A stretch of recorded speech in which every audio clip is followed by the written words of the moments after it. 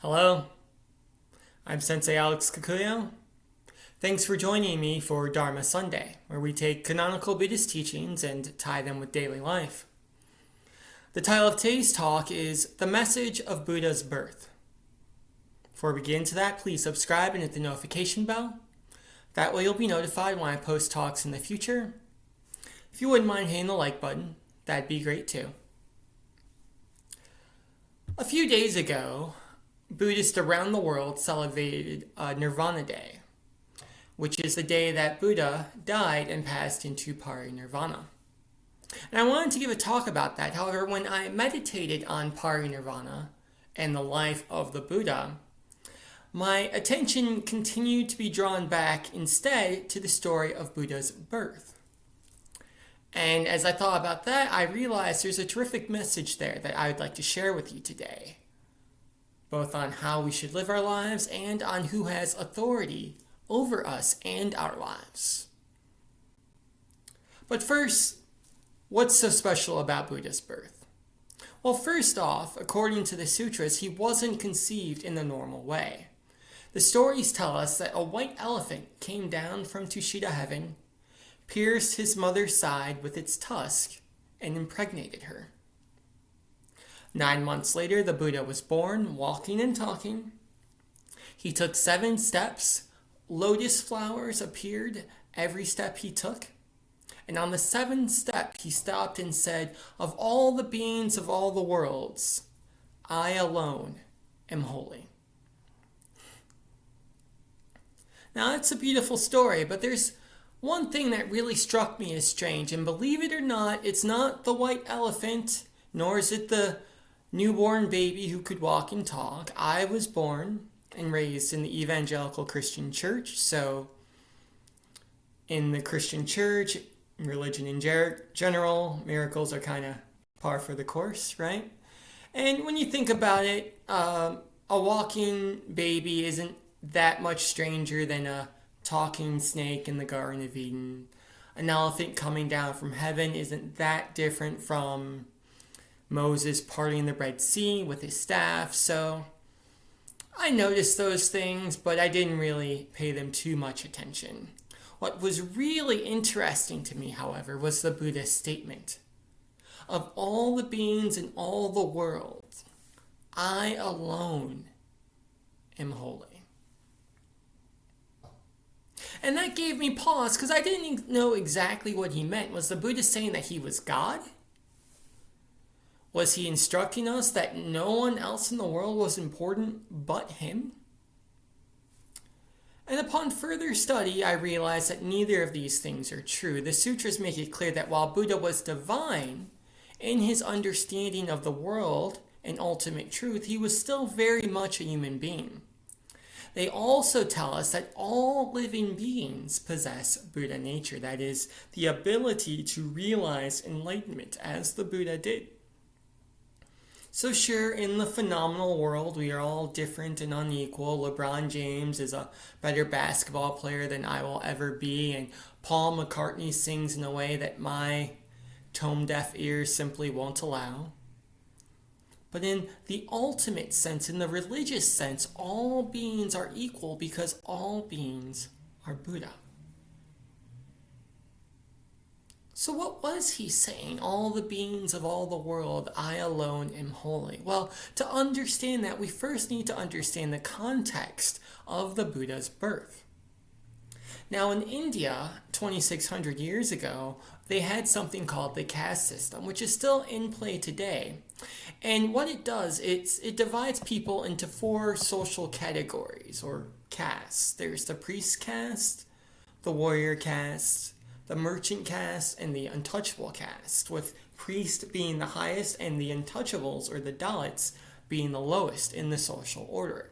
And the idea essentially is that your current life is either a reward or a punishment for deeds you've done in past lives.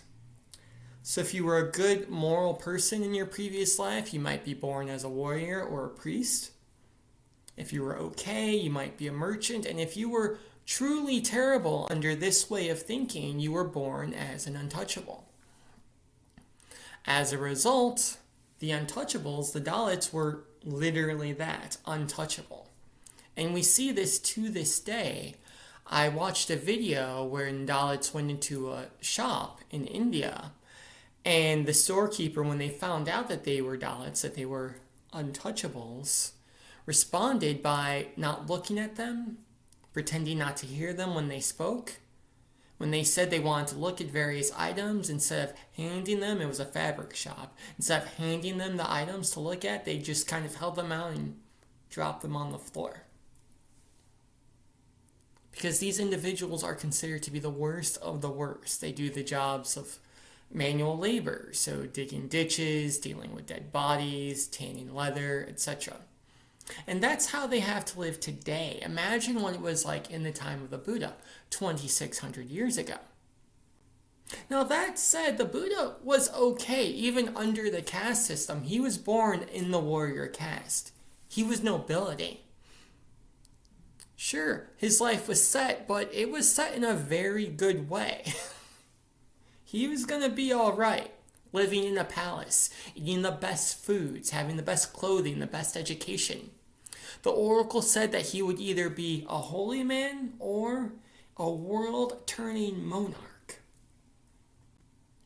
But the Buddha would have none of that because, like I said, the story of his life had been written for him from the moment of his birth. But the Buddha, again saying, "I alone am holy," walked away from all of that, gave up all the royal prestige that was at his feet, and instead chose to live as a mendicant monk. He chose a life of freedom and morality over a life of comfort, living in and being complicit in a system that subjugated other people. He also went so far as to allow these quote-unquote untouchable people to become part of the Buddhist Sangha, something that was unheard of at that time. So when he left, he went all the way, and we're all better for it. But just as Buddha took control of his own life, decided that he alone had authority over himself, we can do the same.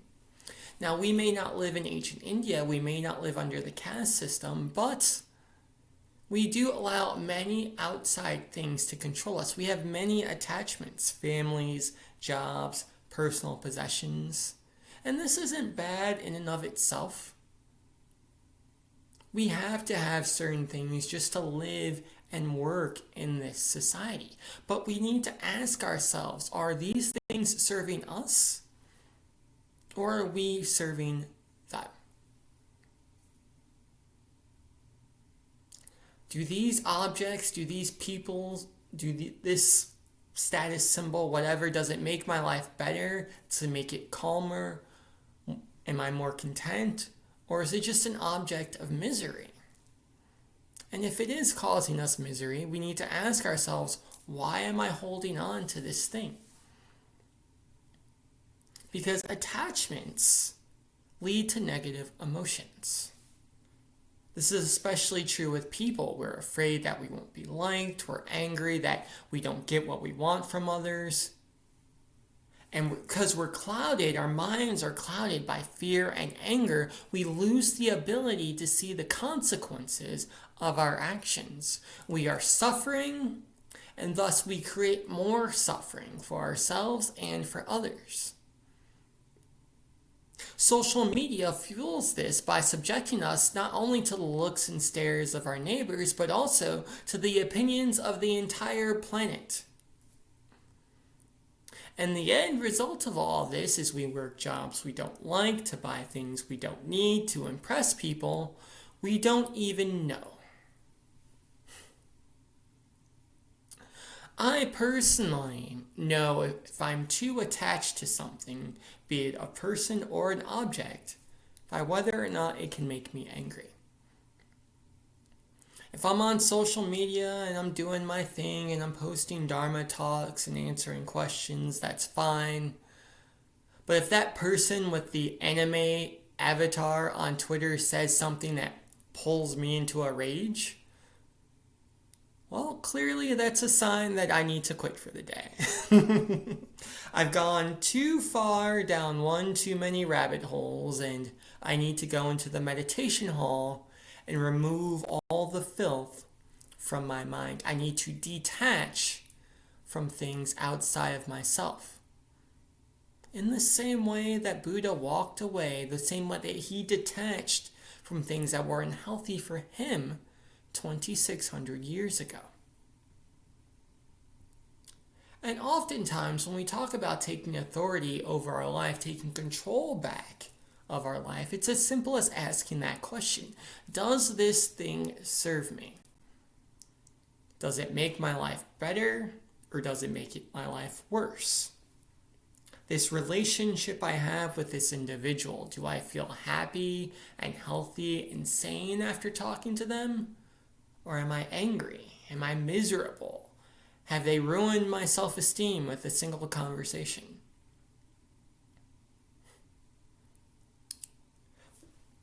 We need to set boundaries, is what I'm saying. We need to decide, this is how I'm going to live. And then we have to decide how other people are going to live with us.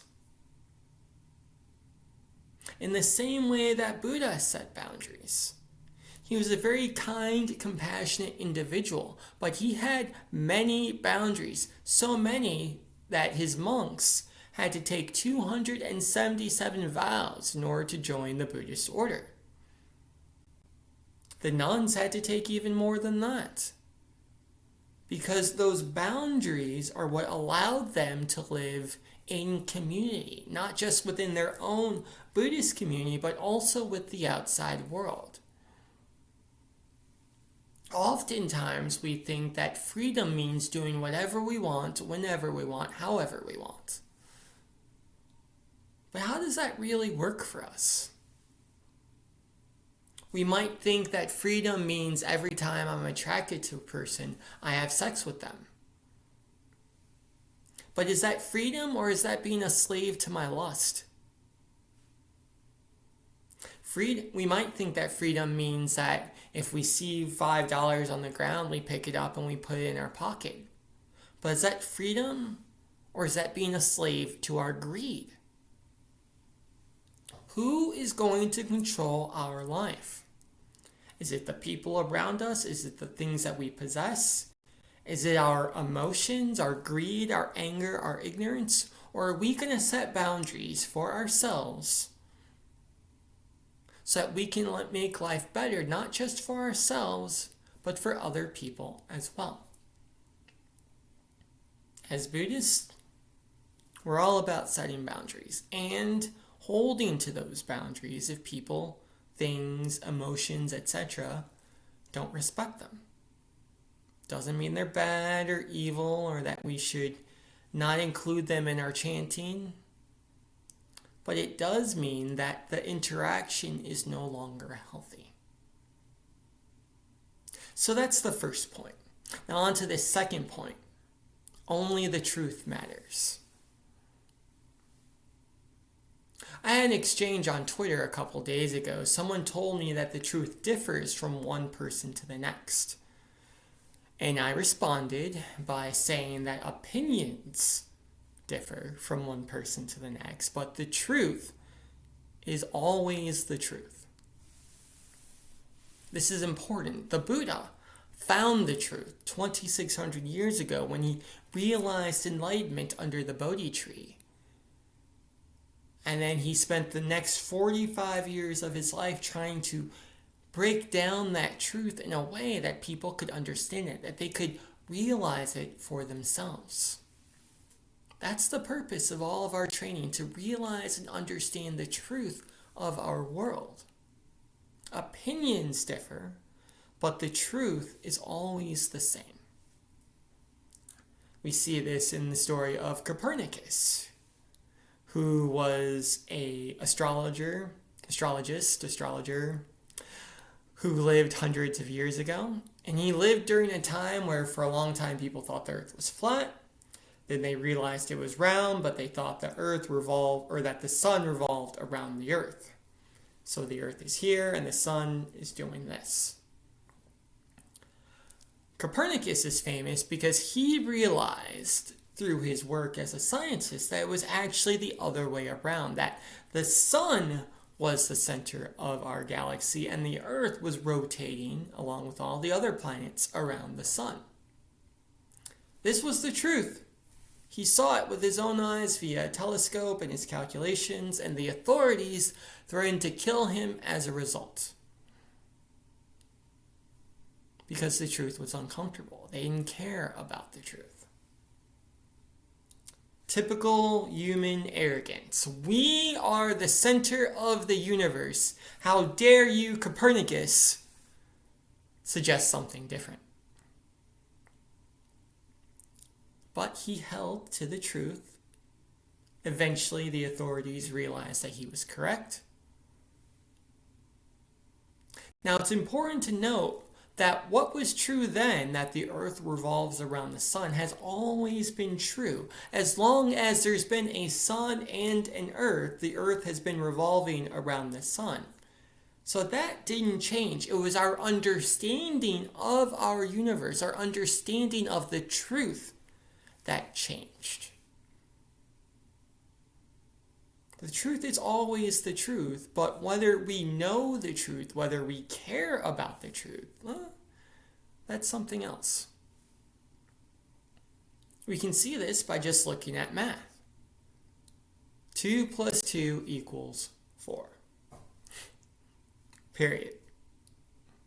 That will always be the case. And because you know the truth, no matter how much I might tell you 2 plus 2 equals 6, you're going to stand your ground. You're going to be unaffected because you know what the truth is. 2,600 years ago, Buddha discovered the truth and answered the question, how should I live my life? What should I be doing with my time here on earth?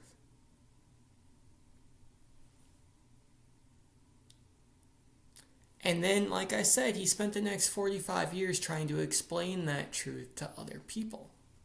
But it's important to note, people have this idea that Buddha realized enlightenment under the Bodhi tree and then happily ever after. That's not what happened. People tried to kill him. His clan was nearly wiped out. He was constantly attacked by people debating him, questioning him.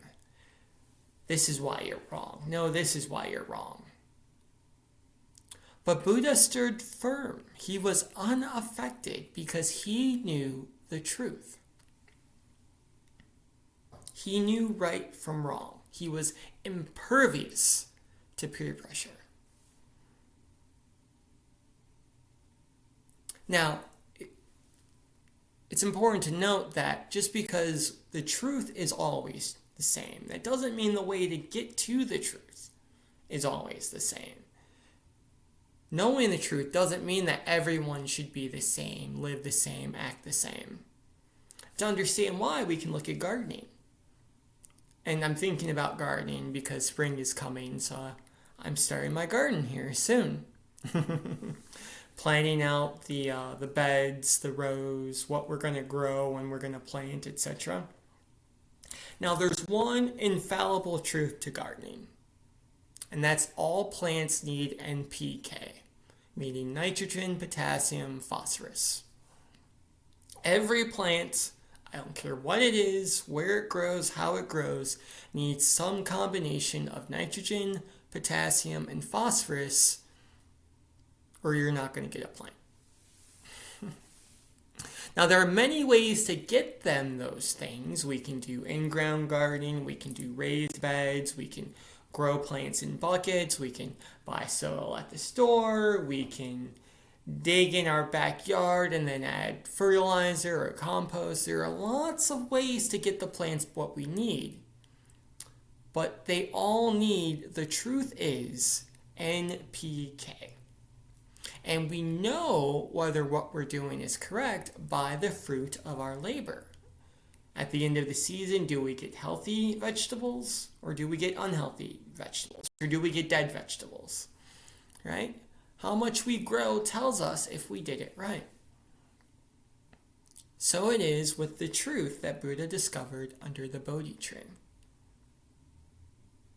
Now, how do we determine what true is? Well, there are 3 ways. First is through the use and study of Buddhist scripture. We read the words of the Buddha, we read the words of the teachers that came after him, and we learn what he learned under the Bodhi tree. So if there are questions about, well, how should I handle this situation? Or what should I do about this thing that happened at my job? We can look at the scripture to figure out what's the teaching that applies, in the same way that if I'm having trouble with my garden, let's say the striped cucumber beetles come back, I will open up a plant book and figure out what to do about them. Scripture study, very important. Next is Buddhist tradition. So there are a lot of things we do, the bowing, the chanting, the meditation, the sutra study, that some of us, just to be frank, we just kind of do it because we're at the temple and that's what we're supposed to be doing. It's a part of the tradition. And we are part of that tradition, just like the Buddha was part of it 2,600 years ago. So we honor that. We bow when the teacher says bow. We chant when and how the teacher says chant. But it's important to understand that while it's fine to do things out of rote and there's still benefit from that, the real reason these traditions exist, the reason they've existed for 2,600 years, is because they work. Imagine a 2,600-year-old person sitting down in front of you and saying, hey, you might consider doing this instead of that. That's the conversation we have each time we engage in Buddhist traditions. So we can look at what have Buddhists traditionally done in the past to deal with different aspects of life, and that can help us determine the best way to deal with different aspects of our own life. And finally, and this is probably the most powerful tool in order for discovering the truth, and this is life experimentation, which is exactly like it sounds. We just look at our past experience and we figure out, well, what worked for me and what didn't. Which sounds very common sense, very why are you wasting my time? But as I noted earlier, if our mind is clouded by fear, by anger, by the 3 poisons of greed, anger, ignorance, what happens is we don't see the consequences of our actions. We do the same thing over and over and over again, and we get the same result, and instead of realizing, maybe I should do something else, maybe I shouldn't listen to this person or that person, maybe I shouldn't buy this thing, instead we just, maybe this time it'll be different. And it never is. So we look at our life, we look at our past experience, and we say, well, this worked for me, this didn't work for me, so this is what I'm going to do moving forward. This is the boundary that I'm going to set. And as we live our lives in this way, as we study scripture, as we look at tradition, as we experiment in our own lives, as we realize for ourselves the truth that Buddha realized 2,600 years ago, we realize that no one has authority over our life but us. Nothing outside of ourselves, not even our own emotions. We are the captains of our ship, the masters of our destiny. Of all the beings in all the world, we alone are holy. Untitled. So that's the talk for today. I hope it was helpful. I'll just end with a few announcements. So this was Dharma Sunday. It happens every Sunday at 7 p.m. Eastern Standard Time. Broadcast right here at this YouTube channel. If you enjoyed today's talk, please subscribe and hit the notification bell. That way you'll be notified when I post talks in the future. Again, if you wouldn't mind hitting the like button, that'd be very helpful to me and the channel. Also, on Wednesdays, we do meditation and sutra study, which is a little bit more involved. We do a 15-minute guided meditation. There's a reading from Buddhist scripture, again, followed by a Dharma talk. So I hope to see you there. Until next time, Amitabha.